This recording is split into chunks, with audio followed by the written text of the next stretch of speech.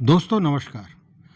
सर्वे को लेकर सरकार के पसीने छूट रहे हैं, विभाग परेशान है और कारण कि ये मामला हाई कोर्ट में चला गया है, पटना हाई कोर्ट में। अधिवक्ता राजीव रंजन सिंह ने पटना हाई कोर्ट में बिहार विशेष भूमि सर्वेक्षण को लेकर एक जनहित याचिका दायर की है और उसमें यह कहा गया है कि कई कानूनी मसले हैं जिसको नहीं देखा गया है और कई तरह की त्रुटियां हैं इस सर्वे में। अब ये जो ऐसे ही पता चला कि ये मामला गया नहीं जाने वाला है, वैसे ही सरकार के पसीने छूटने लगे और लगा कि अब इस सर्वे पर कहीं ना कहीं विराम लगेगा, क्योंकि सरकार भी जानती है कि इस मामले को लेकर कितनी त्रुटियां हैं, विभाग भी जानता है। और सर्वे के पहले जब इतना बड़ा काम था, जो बताते हैं कि 125 बरस 30 बरस के बाद हो रहा है, तो इसको लेकर जो होमवर्क था, जो तैयारी था, वो सरकार द्वारा नहीं की गई थी और यही कारण बना है इन सारे चीज़ों का। तो सरकार के पसीने छूटे, लेकिन उसका लाभ कहीं ना कहीं रैयतों को मिलेगा, क्योंकि सरकार या यूं कहे विभाग ने कुछ इस तरह के निर्देश दिए हैं। हालांकि वह निर्देश अभी निचले स्तर पर नहीं पहुंचा है, पंचायत स्तर प्रखंड स्तर पर नहीं पहुंचा है, क्योंकि जो निर्णय सरकार लेती है उसके बाद उसको पत्र के रूप में, आदेश पत्र के रूप में पहुंचने में 2-3 दिन लगता है। लेकिन ये बातें हुई हैं। आपको याद होगा कि कल ही दशरथ राम मांझी श्रम एवं नियोजन संस्थान पटना में 168 अंचलाधिकारियों की एक बैठक हुई, सभा बुलाई गई थी और जिसको राजस्व एवं भूमि सुधार मंत्री दिलीप जायसवाल ने संबोधित किया था और उसमें उन्होंने स्पष्ट कहा था कि जनता को किसी प्रकार की परेशानी नहीं हो, इसकी चिंता करनी चाहिए पदाधिकारियों को। साथ में उन्होंने पदाधिकारियों पर नकेल कसने की भी बात कही थी, भ्रष्टाचार पर रोक लगाने की बात की थी और ये पूरा जो मामला था, ये बैठक जो थी, जो म्यूटेशन और जो परिमार्जन का मामला है, जो बताया जाता है कि वर्षों से अटका हुआ है, उस पर कोई सुनवाई नहीं हो रही है, इन सारे चीज़ों को ही स्पष्ट करने के लिए ये बैठक बुलाई गई थी। तो खैर, ये तो बैठक की बात हुई, लेकिन हम बता दें कि इसको लेकर राजनीति भी गर्म हो गया है। जितने राजनीतिक दल हैं, अब देखिए राजनीतिक दल बहुत हो सकते हैं, लेकिन 2 भागों में विभक्त है। एक एनडीए जो सरकार में है और दूसरे में सारे विपक्षी दल। तो सारे विपक्षी दल के लोग लगातार इस पर रोक लगाने की मांग कर रहे हैं और जितने भी एनडीए के नेता हैं वो ये तो बता रहे हैं कि परेशानियां हैं, लेकिन कहते हैं कि ये होना ही चाहिए, इसमें आम आदमी को कोई परेशानी नहीं है। इसको रोकने की बात या समय डेफर करने की बात जो लोग कर रहे हैं वो सारे भूमाफिया हैं और वो वही लोग हैं जिन्होंने सरकारी ज़मीन पर कब्जा कर लिया है। ये नेताओं का बयान है।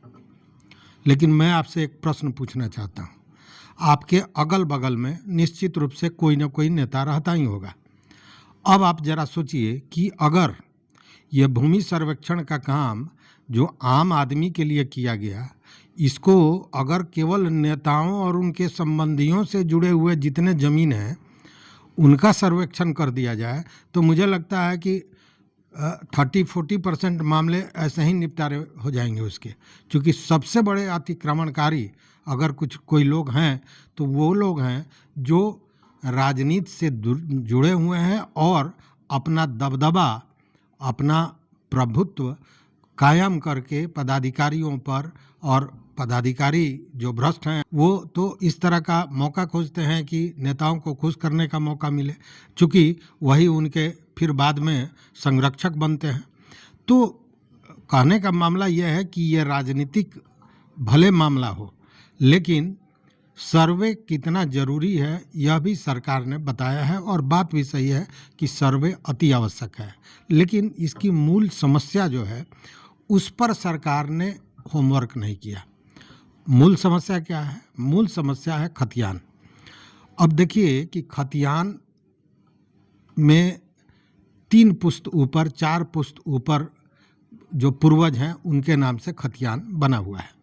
और उसके बाद कभी उनके उत्तराधिकारियों ने, मैक्सिमम केस ऐसा ही देखा जा रहा है कि खतियान, जब वो पूर्वज मर गए तो उसके बाद खतियान को अपने नाम से उसमें एंट्री कराना, ये काम उन्होंने नहीं किया। बहुत से लोग तो दाखिल खारिज तक नहीं कराए हैं, रसीद तक नहीं कटा रहे हैं। तो ऐसे लोगों के लिए ये परेशानी का सबब है। जब वो उस काम के लिए जा रहे हैं पदाधिकारियों के पास, कर्मियों के पास, तब स्पष्ट रूप से आप कहें कि भ्रष्टाचार के शिकार हो रहे हैं। उनसे उगाही की जा रही है, अवैध ढंग से पैसे की मनमाने पैसे की मांग की जा रही है। ये सारी चीज़ें आ रही हैं। हालांकि विभाग भी इस पर सख्त है, तुरंत त्वरित कार्रवाई करने की बात कर रहे हैं। लेकिन सबसे बड़ी दिक्कत क्या है? जिम्मेवारी।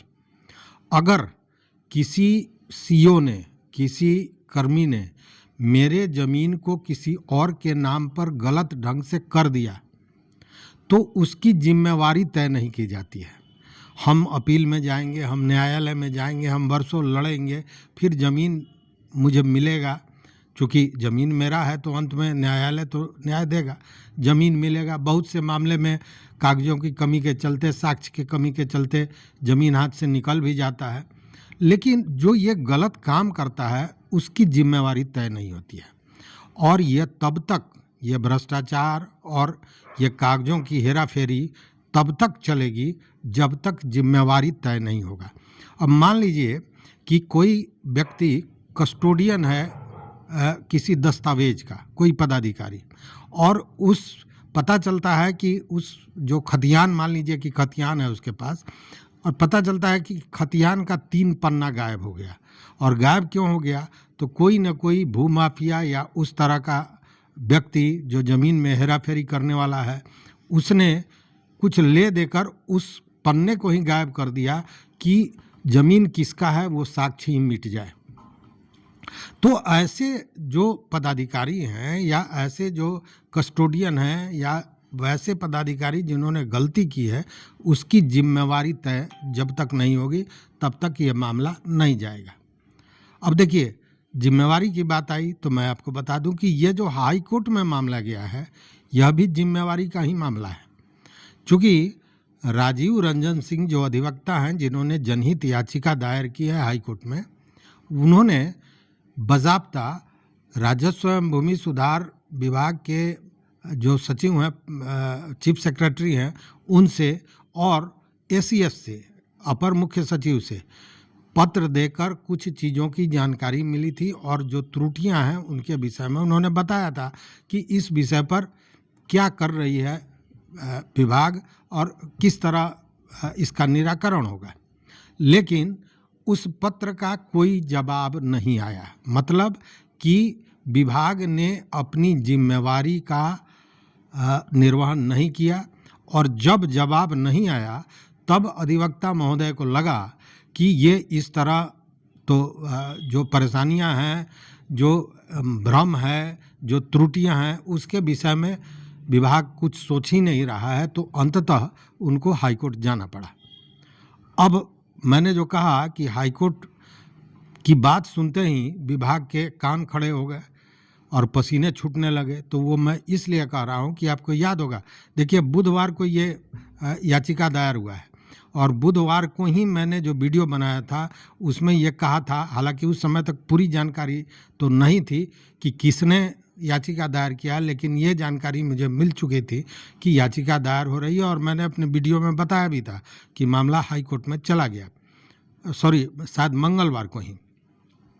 तो ये ऐसा नहीं है कि उनको जानकारी नहीं है। हालांकि देखिए मंत्री जी क्या कहते हैं इस मामले में, ज़रा सुन लीजिए। जब पत्रकारों ने उनको पूछा कि मामला हाईकोर्ट में चला गया है, इस पर आपका क्या कहना है, तो वो क्या कहते हैं, 2-4 सेकंड का ये बाइट है, ज़रा सुन लीजिए। देखिए ऐसा है कि माननीय न्यायालय के पटना हाईकोर्ट में एक याचिका दायर हुई है, कल पता चला है। अभी उसके कागजात जब आएंगे तो उसमें क्या उनका मांग है, क्या वो डिमांड कर रहे हैं, उसको जब हमारे लीगल एडवाइजर और एडवोकेट हमारे पढ़ लेंगे तब उस पर हम कुछ बताएंगे। तो सुना आपने, इनका ये कहना है कि उन्होंने क्या दिया ये हमारे अधिवक्ता, हमारे जो लीगल एडवाइज़र हैं वो देखेंगे, सुनेंगे, उसके बाद ही हम इस पर कोई बात कर सकते हैं। जबकि वो चीज़ें उनके विभाग में ऑलरेडी पहले से हैं, जो प्रश्न के रूप में, जो आवेदन के रूप में राजीव रंजन सिंह ने बाज़ाब्ता चीफ सेक्रेटरी और एसीएस को दिया था, जैसा उनका कहना है। तो और वो कहना है कि हमको अभी तक जानकारी नहीं है कि क्या है। तो जानकारी तो है, और जैसे ही उनको पता चला कि ये मामला जा रहा है हाई कोर्ट में, तो सबसे पहले जिन चीज़ों की मांग हो रही थी और जिसको लेकर विरोध हो रहा था, उस पर उन्होंने फैसला ले लिया। और फैसला ये, जो हालांकि वो जो फैसला है वो रैयतों के लिए एक खुशखबरी ही माने, या उन लोगों के लिए जो कागज़ को दुरुस्त करने के लिए समय मांग रहे थे उनके लिए, क्योंकि उन्होंने स्पष्ट कह दिया कि कोई भी कर्मी, कोई भी पदाधिकारी किसी भी रैयत को, किसी भी ज़मीन के मालिक को दबाव नहीं डाल सकता है कि वो दस्तावेज अपना दें, या कागज़ को जमा कराने को लेकर, ज़मीन की जो कागज़ जमा करानी है उसको लेकर किसी भी तरह का दबाव नहीं डालें। मतलब कि रैयत अपनी सुविधा से जब कागज़ की व्यवस्था कर लेंगे तब वो जमा करेंगे। इसका क्या मतलब हुआ? सीधा मतलब हुआ कि सबसे बड़ा विरोध तो यही था, लोग 1 साल का समय मांग रहे थे कि 1 साल का समय मिलना चाहिए। तो उन्हीं चीज़ों को देखते हुए दबाव वाली बात हो गई। अब कोर्ट में अगर ये पूछा गया कि भाई आपने तो समय दिया नहीं, तो अब ये कहने के लिए होगा कि हमने तो कोई टाइम बाउंड रखा नहीं है। तो ये सरकार की ये नीति है, विभाग की ये नीति है, और हाईकोर्ट के नाम से निश्चित रूप से पसीने छूट रहे हैं, और उसी के कारण ये सारा कुछ किया गया है। और हमने पहले भी वीडियो में बताया था कि कुछ भी हो, आप हड़बड़ाइए नहीं, पैनिक मत होइए, और भ्रष्टाचार के भेंट मत चढ़िए। इसको लेकर हमारे कई दोस्तों ने, जो हमारे दर्शक हैं, उन्होंने व्हाट्सएप पर भी और कमेंट बॉक्स में भी कहा कि आपके कहने के बाद उस भाग दौड़ से ज़रा दूर रहे, जिसके चलते हम अपने आप को उस भ्रष्टाचार से बचा सके। तो उन्होंने धन्यवाद दिया है। तो धन्यवाद इसका कि हमने जो कुछ कहा उसका आपने संज्ञान लिया, उसे सच माना, और उसी के आधार पर आपने काम किया, और इस लूट से आप बच गए। तो अंत में यही कहा जा सकता है कि अब मामला न्यायालय में है, न्यायालय सारे चीज़ों को देखेगा। और एक बात तो जान लीजिए, न्यायालय कभी भी वैसा फैसला नहीं देगा जिससे आम आदमी को परेशानी हो। और दूसरी बात यह भी देखेगा न्यायालय कि सरकार ने इतना बड़ी जो योजना बनाई, इतना बड़ा काम जो शुरू किया, तो इसके लिए उन्होंने पूरा होमवर्क किया था कि नहीं, पूरी तैयारी की थी कि नहीं, और उसी के आधार पर फैसला होगा। लोग कह रहे हैं कि क्या फैसला में सर्वे को रद्द कर दिया जाएगा, तो ऐसा नहीं है कि पहले ही कोई भविष्यवाणी कर दे कि रद्द कर दिया जाएगा। लेकिन हाँ, समय तो अब सरकार ने ही दे दिया। दूसरी बात है कि हो सकता है कि कुछ कंडीशन लगाए जाएं हाई कोर्ट के तरफ से कि इन सारे चीज़ों को दुरुस्त कीजिए, उसके बाद इसको आगे बढ़ाइए। तो ये संभावनाएं अभी बनी हुई हैं। देखना है कि कोर्ट में जब मामले जाते हैं, सुनवाई करती है दोनों पक्षों की, उसके बाद कोर्ट क्या फैसला लेता है।